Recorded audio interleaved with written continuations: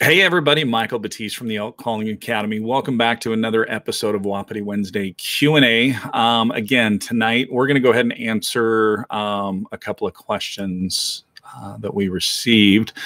So first one comes from our Facebook, and it was submitted by Ben Munoz. And Ben wants to know, can there be a jealous cow in the herd that will make that bull leave and move the whole herd?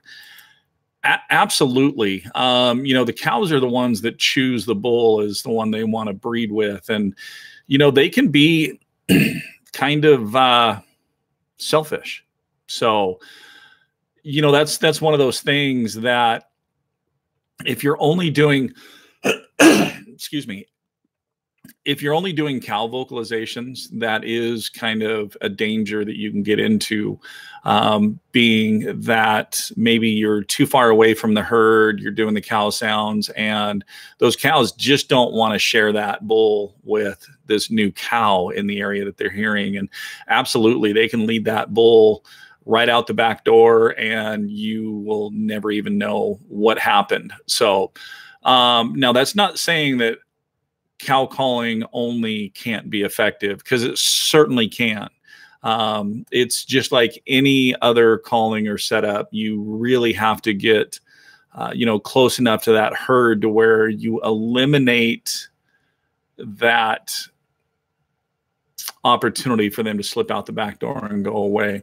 The other thing is you want to get close enough that that bull feels comfortable enough that he can leave the cows he already has to come check you out. So setup is the key. So, get close enough that, that bull will feel comfortable. He'll leave his cows. Cause remember, he's running around checking anything's coming into estrus, but it's defending those cows from satellite bulls that want to come in and breed as well. So he's not going to go too far away from that herd. So yeah, definitely jealous cows can put a wrinkle in your setup in a hurry. So, but if you get close enough, like I said, that bull will come over and check you out, and that jealous cow won't even come into play. So, okay. Second question comes from our Facebook page again, and it comes from Troy Grant.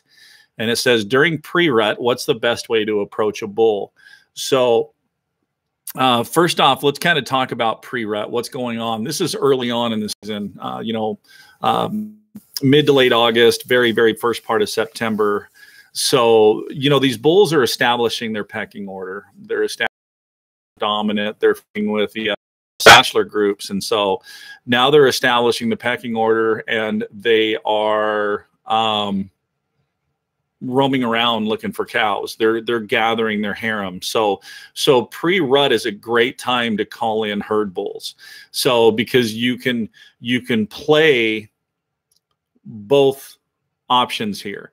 You can play like you're a lone cow and entice him to come round you up. And you can also play on that fact of the establishing pecking order and wanting to fight. So really the option is yours. Me personally, a bull's going to come in for one of two reasons. It's either looking for love or looking for a fight. I like the looking for fight. I like to get them to that looking for fight, because when they come in, they kind of throw all caution to the wind, and they definitely come in at a faster clip. They're not really so aware of their surroundings. So when they come in looking for love, they're coming in real around because they want to know if there's another bull there. So, that time can definitely work really well with the aggressive approach to your calling. So, I would recommend that. So take the aggressive approach, challenge them. It's going to be that kind of fine line, because once they've gathered their herds, their harems, they'll kind of go quiet for a little bit, waiting for that first cow to come into estrus. But pre-rut bulls can be really, really responsive. The downfall to that pre-rut time frame is the temperature, because since it is early in the season, temps during the day are a little bit hotter. So really your peak activity is at first light and last light. But that's not to say that during the middle of the day, you couldn't get one of these bulls up out of his bed to come over to a wall over this. So that's to regulate his temperature. So, all right. Ben and Troy, I hope that answers your questions. So, guys, tonight's episode is brought to us by Nature's Face Paint. So, guys, send me a message, get me your address, and I will get a Nature's Face Paint kit sent out to each of you guys. All right.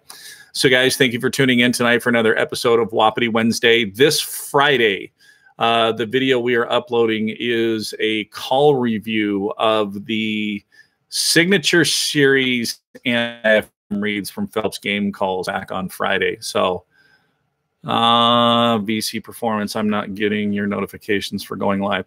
You know, I don't know. It might be on the subscription tab. I know I've seen it on others where you actually have to click and say be notified when going live. So you might just go to my YouTube channel and hover over the subscription. It should say subscribed.